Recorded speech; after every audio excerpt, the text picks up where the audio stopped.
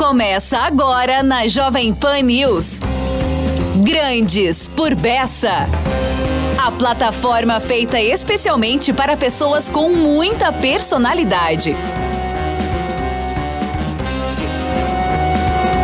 É verdade, muito bom dia. Estamos de volta com o Grandes por Bessa aqui na Jovem Pan News.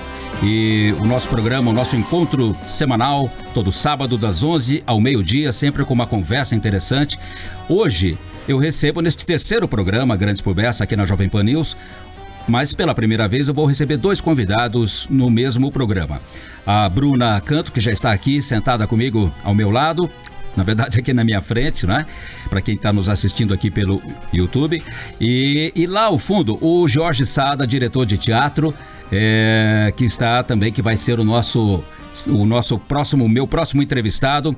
O Sada vem falar de um assunto aqui que muita gente vai achar surpreendente, né?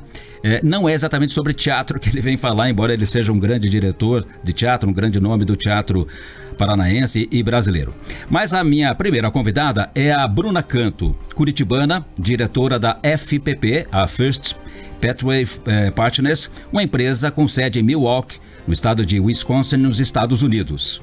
E a Bruna é uma especialista no visto EB5, que é o visto destinado, o programa EB5, na verdade, que é destinado a investidores interessados em obter a residência permanente nos Estados Unidos.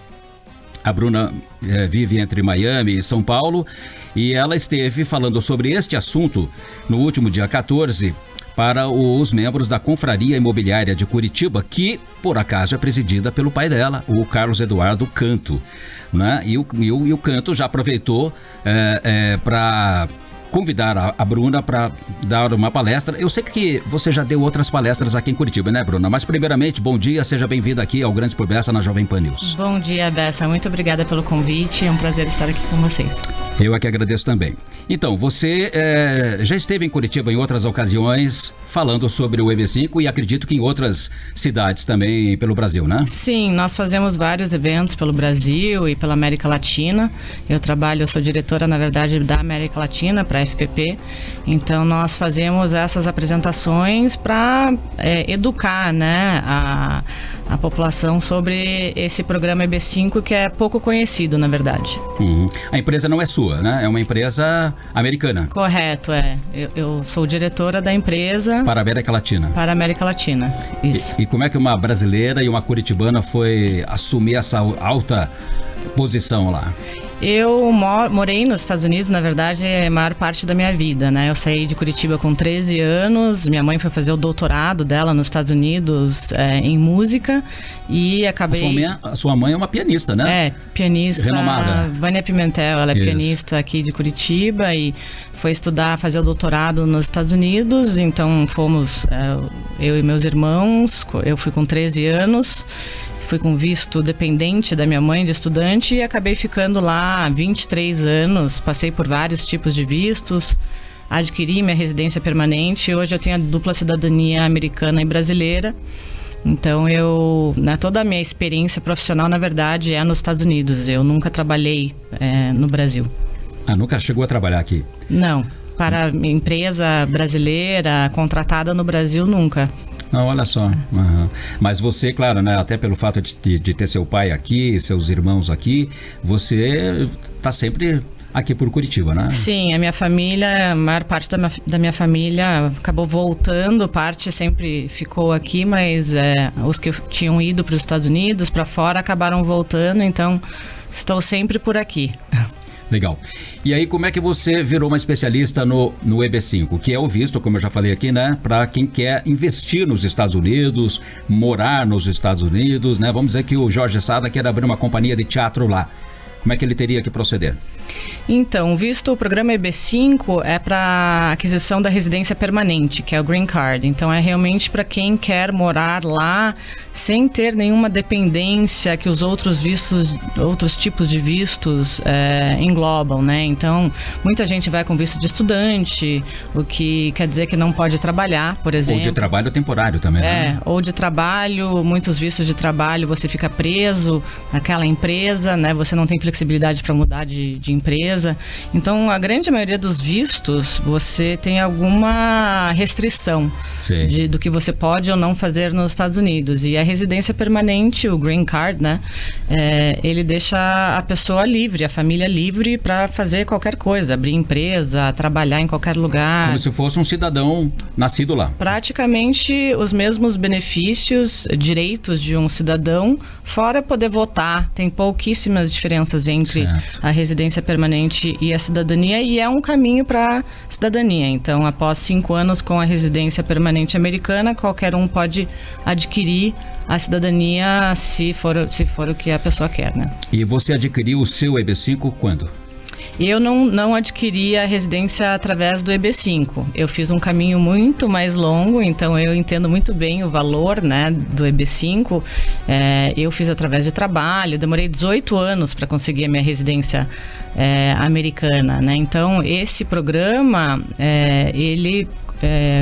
a pessoa que aplica para esse programa consegue a residência em poucos anos, em 2, 3 anos, e consegue morar quase imediatamente com benefícios de poder trabalhar, entrar e sair do país. Então, na verdade um programa que seria muito mais rápido do que o processo que eu fiz.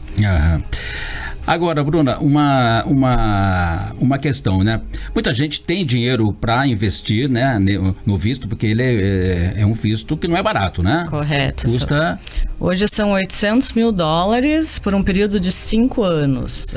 Esse programa ele já existe há mais de 30 anos e quase mais de 30 anos foi... $800 mil para obter o visto. Exatamente. E esse valor retorna ao investidor após 5 anos. Retorna. É como se fosse uma poupança, então. É um investimento. Né? É um investimento. Uma palavra que os americanos gostam muito. Em projetos específicos, né? Então não é que a pessoa vai abrir o seu próprio negócio, é um investimento passivo. Então, mas aí muita gente pode até ter esse dinheiro, né, para fazer esse investimento no visto, né, na obtenção dele, mas não tem capacidade para gerir uma empresa ou funcionários lá nos Estados Unidos. Como é que não requer isso. Então, exatamente isso. Uma coisa não está vinculada à outra. O programa ele foi criado para estimular a economia americana através de investimento estrangeiro e criação de empregos. Tá? Então, o programa requer o investimento de $800 mil em projetos específicos que criem 10 empregos, no mínimo 10 empregos para americanos. Então, esses projetos eles são oferecidos por empresas como a FPP, que tem a autorização do Departamento de Imigração americano para oferecer esses projetos de investimentos. Então, não é que um investidor vai lá abrir a sua própria empresa, administrar a empresa. É um investimento passivo que nós, empresas, né, qualificadas e aprovadas pelo Departamento de Imigração, oferecemos. Então, nós cuidamos de tudo, né? É um investimento que a pessoa só tem que deixar o dinheiro ali por 5 anos, né? Então, o valor é alto, então não é... São poucas pessoas que acabam, né, qualificando, né? Tem que ter a liquidez imediata para você conseguir aplicar para o visto. E esse valor tem que ser pago à vista. À vista. Você não consegue dar entrada no visto sem ter feito um investimento integral. Mas o brasileiro sempre foi um dos top 10, né, dos 10 países que mais aplica para esse visto no mundo. Então tem bastante. E entre os brasileiros, os paranaenses, curitibanos estão em que lugar? Eu diria que provavelmente 4º lugar. Os cariocas sempre foram, né, os primeiros. Isso depende muito, né, da situação local.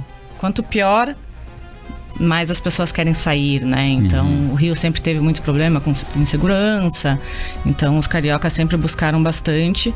E São Paulo, obviamente, né? Onde tem a maior riqueza do país. Mas temos muitos clientes de Curitiba, de Belém, por exemplo. Então, temos clientes de todos os lugares e por isso eu estou sempre viajando. E essas pessoas que já investiram lá, já estão todas constituídas lá como empresas ou ainda não? Geralmente quem aplica para o EB5 tem que ser feito na pessoa física, né? Então são indivíduos que ou vão sozinhos para estudar, por exemplo, né? Esse é um perfil que a gente vê muito, empreendedores aqui que né, fazem o investimento para os filhos poderem estudar nos Estados Unidos e depois poder trabalhar lá. Eu estou entendendo que ele é um caminho pro Green Card, né? Ele é o Green Card, então... É o único caminho. Ele não é um... Certo. Apesar de ser chamado de visto, ele nunca vai ser um visto no passaporte, né? Como as pessoas estão acostumadas a receber. Quando é aprovado, já é o Green Card, né? Que é um cartãozinho que praticamente é o caminho para a cidadania, né? Então, é a residência mesmo, que é muito difícil de conseguir de outras maneiras. Mas o objetivo primeiro dele, então, é atrair investidores nos Estados Unidos, né? Abrir empresas. Eu imagino que empresas até de pequeno porte, porque tem que gerar no mínimo 10 empregos, né? Na verdade, os projetos de investimento para o EB5 acabam sendo projetos grandes, né? Porque as empresas como a FPP que oferecem esses projetos, nós queremos um número grande de investidores em um projeto. Né? Então, acabam sendo projetos geralmente de construção, de algum tipo de empreendimento, hotéis, né? No momento nós temos um resort na Califórnia, que é o projeto para quem quer investir nesse momento, mas são geralmente empreendimentos, construção de torres residenciais, comerciais, projetos grandes normalmente. Gostei desse nome, né? Projetos grandes, né? Porque nós estamos aqui no Grandes por Bessa, né?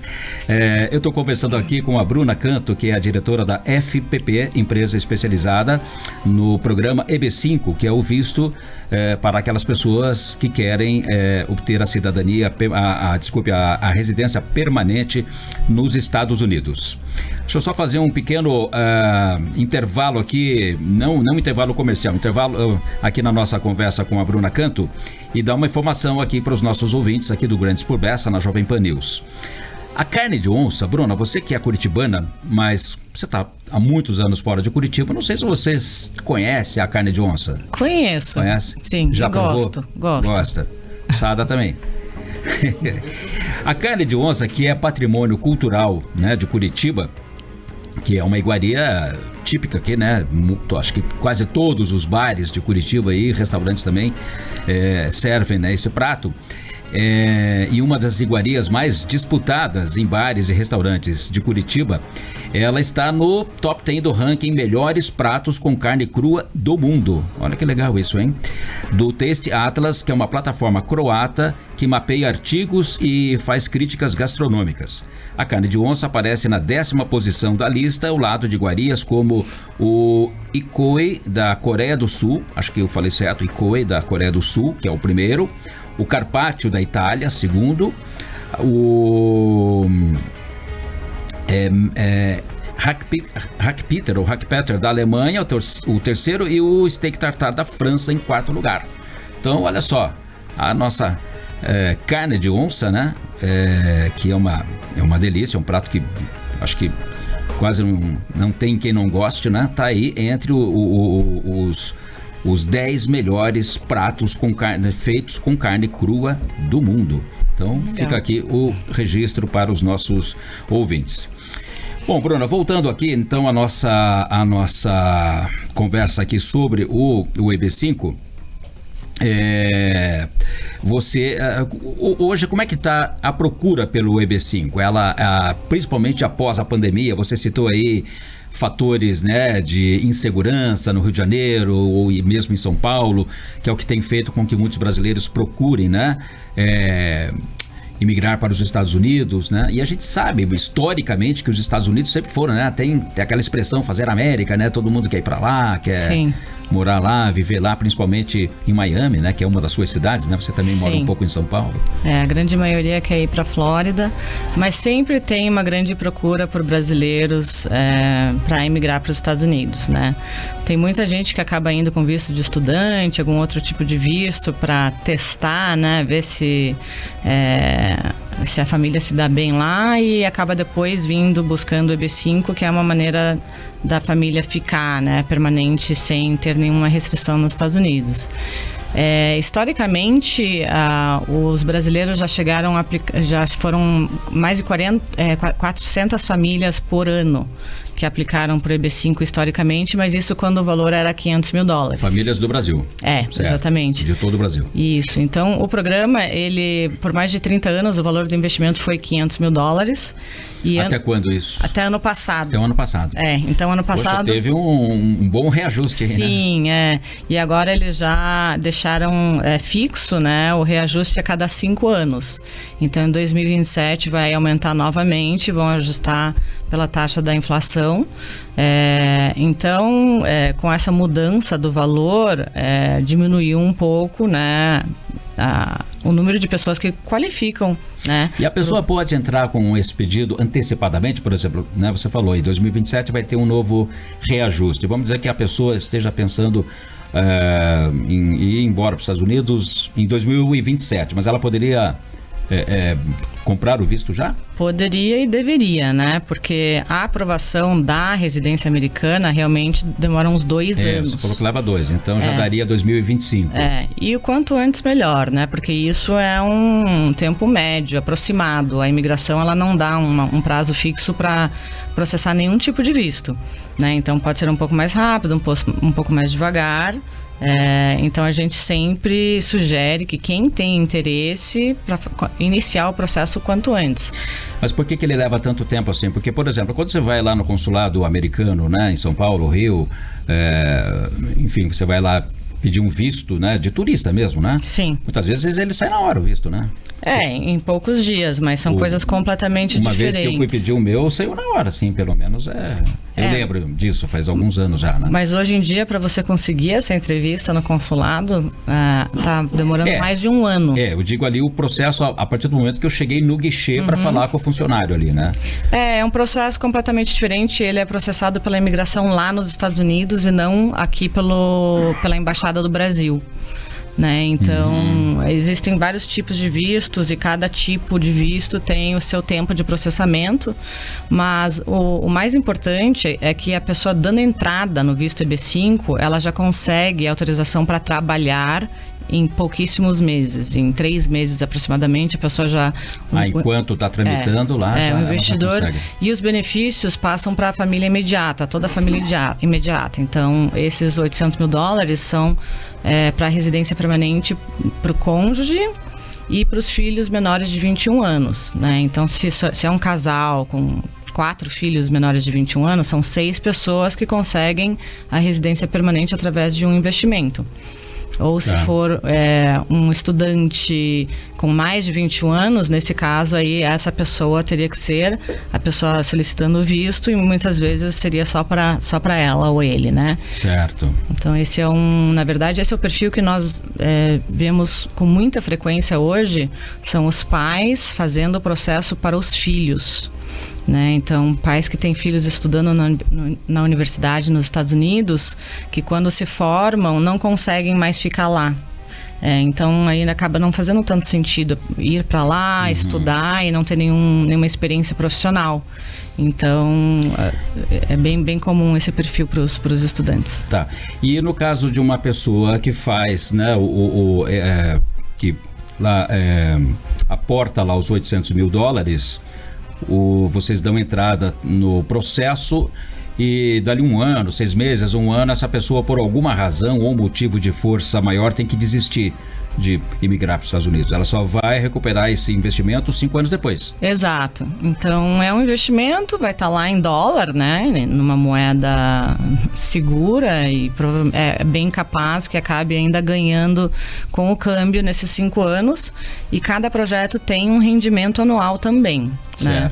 Os rendimentos são baixos, né, comparados com as taxas de juros brasileiras, principalmente. Então, tem que comparar com as taxas de juros americanas, mas tem um rendimento. Então, é possível, sim, mudar de ideia. Mas aí eu diria que a pessoa pode ainda manter, né, o pedido do Green Card e não ir para lá. É possível você ter o Green Card e continuar morando no Brasil. Tá? A única questão Até porque ele é um visto que dá direito a uma residência permanente, né? Então fica a critério da pessoa, ela pode eventualmente mudar de planos, né? Eu pretendia ir em 2024, vou deixar para ir em 2026 ou 27. Existem maneiras, né, de você não morar lá e manter o Green Card. Sempre a intenção deve ser morar lá, em algum momento. Claro, esse é o objetivo principal, né? Assim, são pouquíssimas pessoas que fazem como um plano B, pelo menos no Brasil, né? Certo. Então, tem em outros países onde os governos, é a primeira vez que eles têm governos de esquerda, por exemplo, que algumas pessoas ficam mais preocupadas com essa questão e querem um plano B caso alguma coisa muito grave aconteça, um plano de fuga, por exemplo.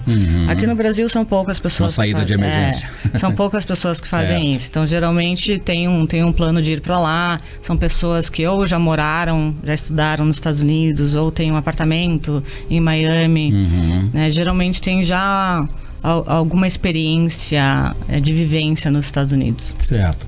Bom, para você que está chegando agora aqui na Jovem Pan News, estou conversando com a Bruna Canto, curitibana, diretora da FPP, que é a First Pathway Partners, empresa americana. Ela é a diretora para a América Latina, que é a empresa especializada no programa EB5. Se você está pensando aí em investir nos Estados Unidos e morar lá por qualquer razão e quer ter um visto de residência permanente, o caminho é a Bruna, né?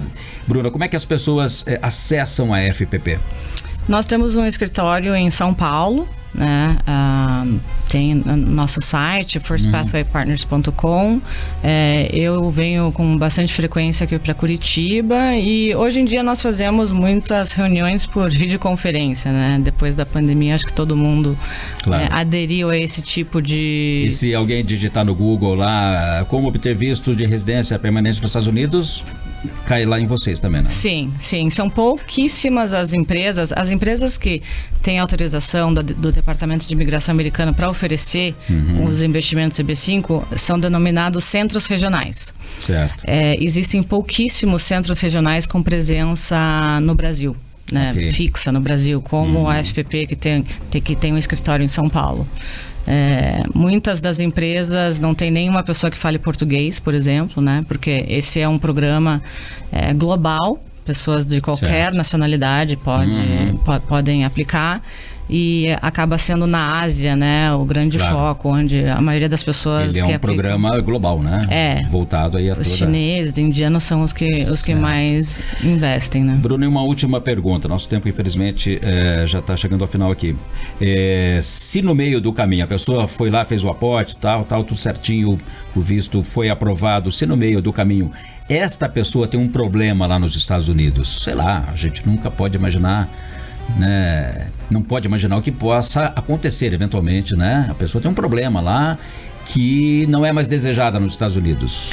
Como é que fica? Se a pessoa for cometer algum crime nos Estados Unidos, acaba perdendo a residência americana. Mas tem que ser crimes, né, não misdemeanors, que eles chamam, que são crimes leves, né? Tem que ser alguma coisa mais séria. E a pessoa também, para poder aplicar para o visto, não pode ter nenhum histórico criminal. Claro. Né? Todo o processo é feito com um advogado de imigração. Por isso que leva esse tempo até, né, para ser... Exato. E você tem que comprovar a origem lícita do valor sendo investido também. Certo. Legal. Olha só, Bruna, eu quero agradecer muito aqui a sua vinda à Jovem Pan News, ao meu programa aqui Grandes por Bessa, aproveitando aqui a sua passagem por Curitiba, né? Você fica aqui até quando? Até agora. Essa é a minha última parada. Daqui eu já volto para São Paulo, mas é um prazer sempre vir para cá e espero fazer mais apresentações aqui pro público curitibano. E quem quiser também te trazer para uma palestra, eventualmente, você também está aberta a isso. Sim. É super importante, né, fazer essas apresentações para explicar, porque tem muita informação errada. Certo. Né, por aí. Existe outro visto de investimento que é completamente diferente, que não é o Green Card. Então, as pessoas acabam pegando partes de outros vistos e de informação passada por amigos. E pode até perder dinheiro, tempo, confundindo tudo. Um pouco, então... Você tem algum contato que você queira ou possa deixar para aquelas pessoas que queiram, enfim... buscar mais informações? Claro, se eu puder deixar meu telefone, eu tenho celular e WhatsApp, que é São Paulo, né? 11 94229 0870. Então vamos repetir, 11 942 290870. Isso. Esse é o seu WhatsApp. Essa maneira mais rápida e fácil de entrar em contato comigo, ou só jogando meu nome, Bruna Canto, EB5, vai dar para ver no meu LinkedIn, e-mail, tem o site da empresa também. É um que nome tem... super fácil também para, né? Exato. Para falar, para gravar, para digitar, né? Não tem problema nenhum. Bruna, muitíssimo obrigado. Obrigada a você, Bessa. Prazer em conhecê-la pessoalmente, né? Eu já te conhecia de nome e tal, mas e acho que essas informações, claro, sempre ficam, né? Dúvidas e outras perguntas que poderiam ter sido feitas, mas o nosso tempo aqui é curto. A gente tem já na sequência uma entrevista com o Jorge Sada, diretor de teatro, diretor da Cena 1, né? Mas ele vem falar sobre um assunto aqui. Bruna, você sabe o que faz um missólogo? Eu acho que vocês acabaram de me ensinar aqui há uns minutos atrás. Você não sabia, né? Não sabia. Pensei que fosse uma coisa completamente diferente. O que você achava que era? Nossa, nada relacionado à arte ou Miss ou nada disso. Não pode dar spoiler, né? Bruna, mais uma vez, muito obrigado. Seja sempre bem-vindo aqui ao Grandes por Bessa, e não só ao meu programa, mas enfim, aqui a Jovem Pan News, ao Grupo RIC, tá bom? Obrigada, foi um prazer. Obrigado. A gente faz um rápido intervalo, em seguida volta com o Jorge Sada, que vai falar então sobre essa profissão missólogo. A gente volta em poucos instantes. Você está assistindo Grandes por Bessa.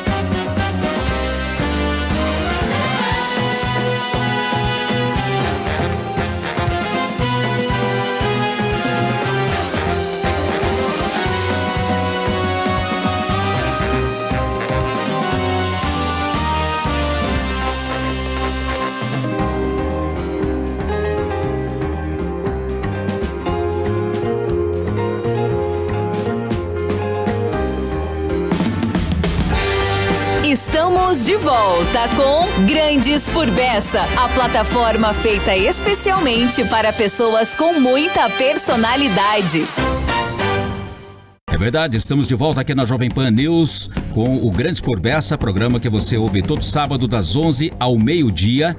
E hoje eu estou conversando, na verdade eu já conversei no primeiro bloco com a Bruna Canto, que veio falar sobre o visto EB5, né, para quem quer residir permanentemente nos Estados Unidos, obter o Green Card e tudo mais.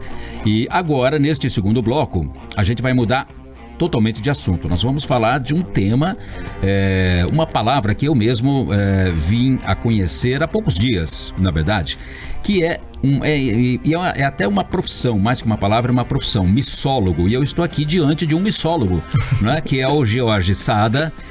Sada, bom dia, seja bem-vindo aqui ao Grandes por Beça na Jovem Pan News. Bom dia, Bessa, e obrigado por ter aberto esse espaço para a gente falar um pouco desse universo tão bacana, um prazer estar aqui. Pois é.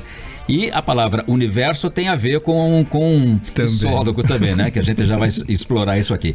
Bom, o Jorge Sada é diretor de teatro, ele é o fundador e proprietário da Cena 1, já há 27 anos, que é um teatro muito bacana que tem aqui em Curitiba, ali na Senador Xavier da Silva, no São Francisco, né? Há pouco tempo teve até a estreia do monólogo Inesgotável com a minha amiga Dig Dutra, né? Sim. Um monólogo que até vai voltar a Sim, ser a gente apresentado. está indo agora para São Paulo. Vai voltar em São Paulo, né? Agora uma temporada. Voltar para Curitiba também, fora. Mas no primeiro momento fora. E você é o diretor, né? Sou diretor. Do Inesgotável, né? Texto de Alice Bacelar, né? Interpretação de Dig Dutra, um sucesso que foi sua aluna, né? Também. E depois virou professora lá. Exatamente. A Dig é uma atriz curitibana, só um parênteses aqui rápido, é uma atriz curitibana que fez carreira na Globo, né? Fez muitos programas, novelas, correto, filmes, né? Isso. E a gente fez uma temporada, mini temporada no final do ano passado e participamos do Festival de Curitiba agora também. Com o Inesgotável, né? Com o Inesgotável. Lá no Cena 1. No Cena 1. E agora nós estamos indo com mais outros momentos e outras temporadas aí adiante. Bom, além de missólogo, ou além de ator, diretor de teatro, você é missólogo e psicólogo. Também. Como é que você juntou essas três profissões aí tão aparentemente distintas entre si? Foi realmente um processo, né? Uma trajetória de buscar o entendimento. Eu comecei com a psicologia nas minhas formações profissionais, parti depois para o teatro, né? Onde pude atuar um pouco da psicologia dentro da construção da personagem, da psicologia da personagem, mas sempre acompanhado em paralelo a esse universo Miss, né? Aos concursos de beleza, a possibilidade de trabalhar com diversas franquias, não só na montagem artística, como também na preparação de candidatas. Eu acho que esses três lugares, digamos assim, foram se unindo e hoje fazem parte desse contexto da psicologia, da missologia e do teatro das artes cênicas. Mas o missólogo, existem, acredito que sim, né? Outros missólogos, sim, aqui, até mesmo em Curitiba, sim, talvez. No mundo inteiro. No mundo inteiro. O missólogo foi um termo faz criado. Exatamente um missólogo? Mas antes conclua, existem outros, então. Existem, né? No mundo inteiro. Hoje movimentam populações, movimentam multidões, né, de todos os países. Temos, inclusive, alguns países que são até muito mais investidores do que o próprio Brasil, como Filipinas, Porto Rico, Estados Unidos, Venezuela, né, que é conhecida como uma... Durante um tempo falava-se que era uma fábrica de misses, né? Mas o Osmel Souza se tornou uma figura muito conhecida no mundo inteiro quando ele começa a fazer realmente uma preparação para candidatas. A gente já trabalhava há muito tempo com essas preparações, mas o termo missólogo acabou surgindo em poucas décadas, falando sobre aquele aficionado, o fã de concurso de beleza, que acaba sendo um pesquisador da história dos concursos, além de fazer preparação de candidatas para os concursos, entendendo as franquias. Porque hoje os concursos de beleza passaram a ter várias marcas. E o missólogo, ele entende que cada uma das marcas possui um mote, possui um interesse de atuação social e prepara suas candidatas para essas marcas. Legal. Então, e o que faz um missólogo? Ele levanta concursos de beleza na história. Por exemplo, muito pouca gente sabe que o primeiro concurso de beleza no mundo surgiu em 1808. Né? E a vencedora foi, inclusive... Ano que o... Da chegada da família real no Brasil, né? Da corte portuguesa ao Brasil, né? Isso, foi em 1808. E o concurso aconteceu em Spa, na Bélgica, né? E quem acabou ganhando foi a moça de Martinica. E foi uma revolução porque existiam tantos países fortes como contexto de beleza e acaba ganhando realmente uma menina que era uma candidata de uma colônia francesa. Olha só, e o que ensejou, digamos assim, a criação de concursos de beleza? Por que as pessoas querem disputar num concurso de beleza? Que a priori pode soar até uma coisa assim meio, né, assim a pessoa fala assim, não, eu sou mais bonita que a fulana, portanto eu vou lá disputar com ela. Né? Olha, o concurso de beleza, acho que a beleza, a questão do contexto de ser bonito ou não ser bonito é algo que sempre falou-se muito na história da humanidade, né? A gente vê até em Helena de Troia a questão da beleza sendo tratada em plena guerra, o contexto durante vários séculos, né, do que é ser bela ou ser belo. Então isso foi durante muitos e muitos séculos discutido. Mas enquanto um contexto de certame... Até o mito de Narciso, né? Sim. A questão que se afoga no próprio lago, né? Olhando sua imagem, mirando inebriado com a própria beleza. Então eu vejo dentro do campo da psicologia, né, o que contesta, né, esse conceito, digamos assim. Mas enquanto o concurso, ele começa a ser, e depende também de cada processo histórico, Bessa, cada época registra também um sentido desse concurso. Por exemplo, no Brasil, o primeiro concurso que se fala de uma escolha de uma mulher bonita, digamos assim, foi em 1865. E quem acaba ganhando o concurso é uma francesa. 1865. 1808 acontece o primeiro concurso. Algumas décadas depois do primeiro internacional. Do primeiro internacional. E quem ganha é uma artista da Rua do Ouvidor, do Rio de Janeiro, uma artista francesa, e passa a ser chamada a mulher mais bonita do Brasil, né? Mas o título Miss Brasil surge em 1922, nas comemorações do centenário da independência. E também da Semana de Arte Moderna. Da Semana de Arte Moderna. Então, existiu um movimento cultural em que buscava, neste período, digamos, antes da Segunda Guerra Mundial, uma menina, uma moça que fosse um encanto aos olhos do poeta. Inclusive nós tivemos Machado de Assis em júri, tivemos outros políticos e também poetas e escritores como jurados de concurso de beleza nesse período. A partir da década de 50, com a famosa Marta Rocha, o sentido brasileiro do concurso muda. As 2 polegadas que entraram para a história. Foi realmente assim um movimento de adesão, eu diria até, brasileiro, de nacionalismo quase, né? Nós estamos aí também num período de Getúlio Vargas. Como se fosse uma Copa do Mundo da beleza. Exatamente. Assim. E vai esse sentido até a década de 70. Na década de 70 a gente encontra, por exemplo, a mudança com o papel da mulher na sociedade, né, o movimento feminista. Os concursos foram muito combatidos, não só no Brasil, mas também na Inglaterra, no Miss Mundo, que é uma outra franquia. Então, também ocorreu essa perda, digamos assim, do sentido de um concurso de beleza, né? E aí acabou tendo um período de quase 20 anos no ostracismo. Mas, se reinventando, o concurso, a partir dos anos 2000, passa a ter um papel para a Miss como sendo uma figura social para trazer atenção a causas sociais. Hoje, os concursos de beleza, cada um deles possui uma causa.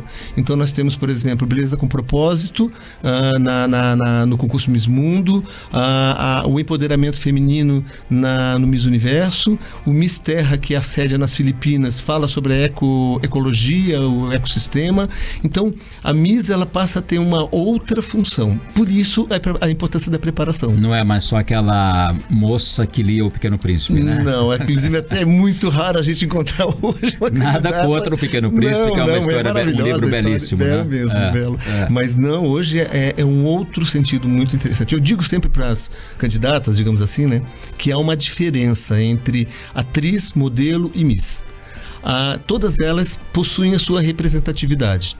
A atriz, ela representa a palavra, a mensagem, a construção da personagem, né? Esse encontro direto com o espectador dentro de um espaço cênico. A modelo, ela representa uma marca de comércio, né? Ou seja, um traje, a imagem dela é associada a um produto comercial. O corpo e a imagem dela são o suporte desse material. É o veículo, né? Veículo. E a Miss, ela representa como as outras, uma cultura, mas ela representa uma sociedade dentro de um contexto do que é possível fazer através da sua imagem como transformação de valor. Quase como que uma embaixadora informal, assim, digamos, do país, né? Sim, alguns concursos, inclusive, colocam elas, como acontece na Itália, o Miss Progress International, em que eles buscam a embaixadora do progresso. Existe uma associação cultural em Puglia, em que não ganha a mais bonita, ganha aquela que apresenta possui uma presença física e tal, mas ela ganha aquele projeto social que ela mais defende. Mas tem então que ter algo associado à beleza. Sim. Só a beleza por si só não basta. Então, não é mais o representante da marca, né? Porque se você for analisar, uma pessoa, por mais bela que seja, não necessariamente ela tem um conteúdo também, né, digamos assim, à altura dessa beleza, né? E se chega uma outra lá não tão bonita quanto aquela, mas com uma mensagem, né, um propósito, uma causa, né? Sim, a gente vê uma diferença dessa, assim, por exemplo, que eu digo, né? Uma coisa é o conceito de ser bonita, né, que aí você vai ver a questão das linhas, das formas, das profundidades, enfim. A outra questão é a beleza, que é um contexto muito mais dentro do campo da estética. Então, como eu falo, por exemplo, num desfile por que a menina vai desfilar de um vestido diante de um júri, né? Aí várias questões podem ser levantadas, mas eu digo que qualquer que seja esse vestido, a candidata ela precisa saber usar esse vestido, ela precisa ter uma presença. E isso acho que vai fazendo as diferenças hoje em dia do conceito de um concurso de beleza. Bom, para você que está chegando, mais uma vez, né? Chegando agora aqui na Jovem Pan News, eu estou conversando com o Jorge Sada, que é diretor de teatro, autor, diretor, psicólogo e também missólogo. E a gente estava falando no bloco anterior com a Bruna Canto sobre a obtenção de visto permanente nos Estados Unidos. Se você, principalmente aí as moças, as meninas que sonham, né, em disputar um concurso de Miss, enfim, querem obter um visto para uma passarela, né?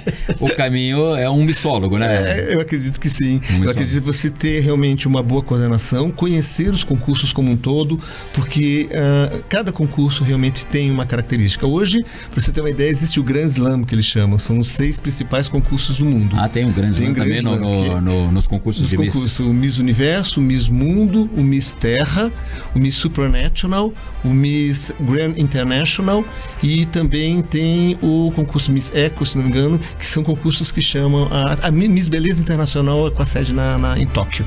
E como é que você se interessou por isso? O que veio antes na sua vida? Veio o teatro, veio a psicologia, veio a... Eu acho que esse contexto... Ou vieram as misses? A primeira vez que eu assisti um concurso, algo que me marcou muito na vida, né? Eu sou de Blumenau, Santa Catarina, e em 1968, meu pai de Salvador, Bahia, nós tivemos a Marta Vasconcelos como Miss Universo, a última nossa Miss Universo, e no ano seguinte, 69, eu estava saindo de Blumenau, inclusive, e a Vera Fischer ganhou o concurso.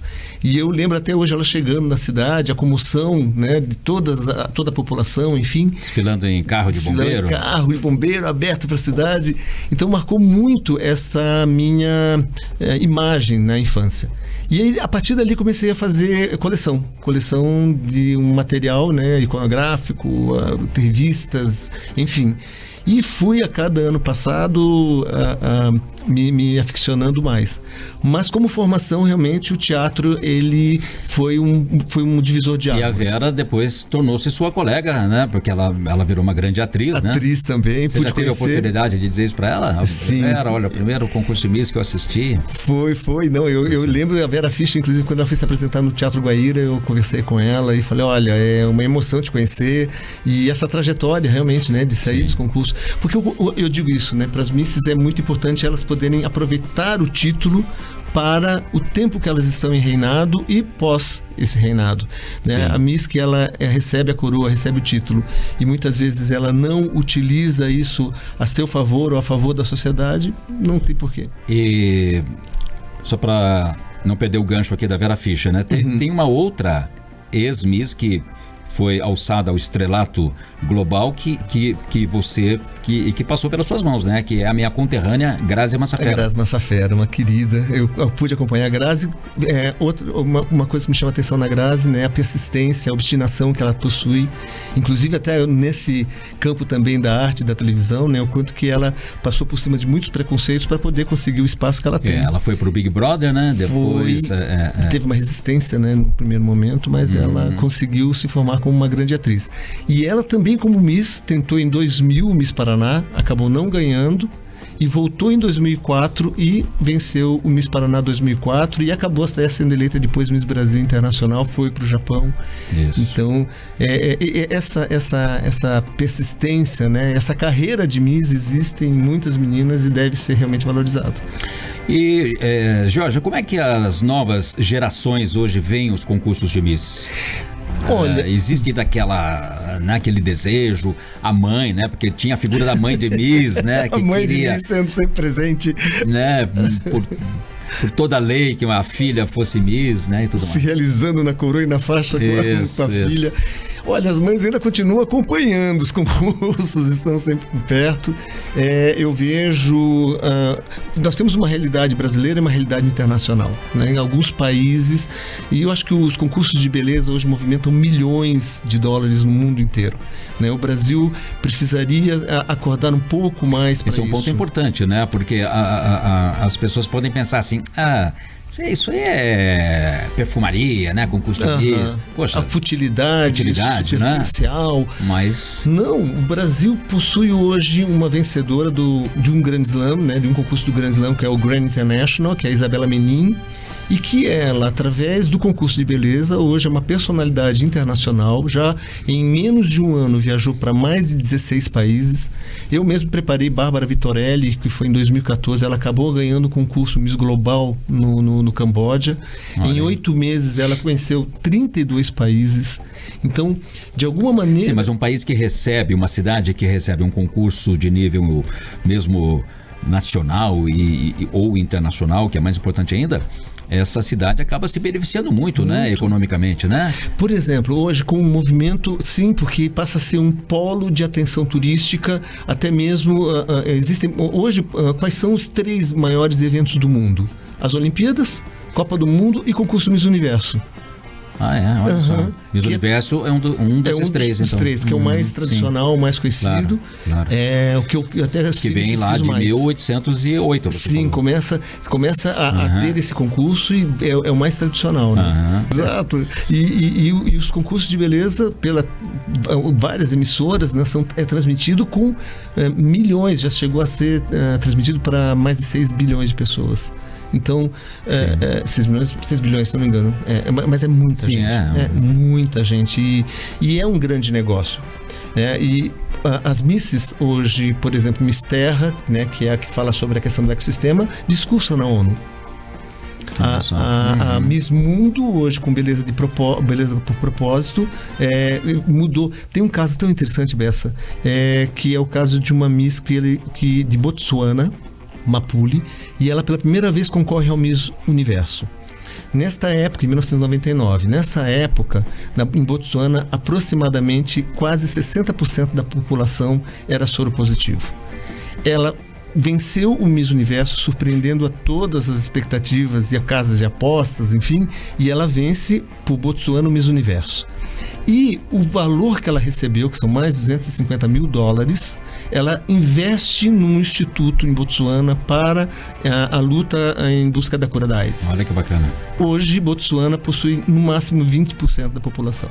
Então, a ação desta mulher mudou completamente a figura de um país. Então eu vejo que realmente há um outro sentido nesse propósito mesmo, né? Que vai muito além da beleza, que é o objetivo mais aparente desses concursos, né? Sim. E até dá para invocar aqui aquele aquele ditado, né? Assim, quem vê beleza não vê o interior da pessoa, né? A beleza interior, né? Que nesse caso acho que vale aqui Eu acho que a beleza interior faz com que essa beleza exterior Quem vê só a beleza, não vê a beleza interior que as pessoas têm também, né? Que é exatamente isso. Pessoas que, né, se engajam em causas importantes, né? Humanitárias. Né? E uma preparação, muita gente acha que ela vai lá, vai desfilar, vai ficar na frente do júri, ponto. Não. Existe um trabalho árduo. Né? Uma Miss, para se preparar para um concurso, ela tem aulas além de passarela, atividades voltadas para a parte de preparação corporal, preparação vocal, expressão vocal. Algumas fazem aula de flamenco, outras fazem todo um processo de trabalho para com elas. O treinamento, né? Se vale a comparação aqui, você falou, né, que tem o grande slam né, dos concursos. É um treinamento intenso também, né? Não basta só chegar ali na hora, subir na passarela e pôr a mão na cintura, fazer umas poses, não. E é um contrato assinado por 1 ano ou mais de serviços prestados à marca. Olha só. Então, olha, eu vou deixar bem claro aqui, não tinha preconceito nenhum contra a profissão de missólogo, mas eu não entendia o que era um missólogo, né? Agora eu sei que tem uma importância fundamental, assim, né? É uma pessoa que realmente é um profissional, né? Sim. Que está por trás desses concursos que muitas vezes a gente vê. Você seria como se fosse um técnico quase que de futebol, assim, né? Sim, né? Sim. Funciona muito, porque até mesmo que eles falam, né? Teve um tempo que realmente havia um preconceito de que não havia inteligência, que não havia, né? Então a gente tinha... Nesse sentido que eu falei, assim, que eu não tinha... Não, mas porque assim a gente pensa, né? Miss, poxa vida, o mundo está passando por tantas dificuldades, guerra lá na Ucrânia com a Rússia, fome, violência, corrupção... E vocês estão preocupados com o concurso de Miss, mas é nesse sentido que claro. Tem uma super importância. E claro, e assim, você falou um exemplo muito interessante, né? Por exemplo, a própria Miss Ucrânia e a Miss Rússia se encontraram no concurso Miss Universo último, né? E fizeram um discurso público. A Miss Myanmar, infelizmente, ela foi para um concurso Miss Universo, se posicionou politicamente, não pôde voltar para o seu país. Mas muita gente no mundo não sabia que Myanmar estava passando por uma situação política tão grave. Então, mas ela fez o papel dela, né? Fez o papel dela. Correu até esse risco de ser proibida de voltar para o país. O concurso passa a ser uma plataforma para voz. Sem dúvida alguma. Olha, parabéns por esse trabalho, né? Eu já te conhecia como diretor de teatro. Quero aproveitar esses minutos finais aqui para falar quando eu fui ver a peça da Dig, a estreia dela aqui, né, do Inesgotável, que é um monólogo que tem tudo a ver, né, com essa questão de redes sociais, né, fala de uma stalker e tudo mais. Mas enfim, você me recebeu lá, eu e um amigo que estávamos lá para ver a peça, e você nos levou numa sala. Você tem lá 25 mil peças de figurinos de peças que você já montou e tudo mais. O Cena 1 hoje... É quase que um Projac aquilo lá, né? O Cena 1 hoje tem alguns marcos assim que são muito interessantes. É o maior guarda-roupa de figurinos do estado do Paraná. E hoje, em breve, nessa semana, começamos a Mostra Cena 1, que é a maior mostra acadêmica do Brasil, pelo menos do sul do Brasil. Que bacana. Que são 35 peças. Então, a gente tem realmente, assim, foi uma alegria te receber no Cena 1. Olha, pessoal, eu andei por corredores, você vai andando por corredores, é tudo etiquetado, o corredor X com letras ou números, não me lembro direito. Aqui tem peças de época, aqui tem peças contemporâneas, aqui tem peças de não sei o quê. Você aluga muito, né? Loca para produções, para filmes, novelas. Cinema. Eu estava assistindo um filme de São Paulo e falei, que engraçado, eu conheço esse figurino. E era lá do Cena 1 que passamos para lá. Jorge Sada, muito obrigado por ter aqui aceitado o nosso convite para vir conversar com a gente aqui, né? Junto com a Bruna Canto. E... parabéns pela sua trajetória aí, não só como diretor de teatro, né? São 27 anos, afinal, manter uma companhia de teatro, um espaço mesmo, que é muito bem estruturado, tive lá, né? Muito obrigado.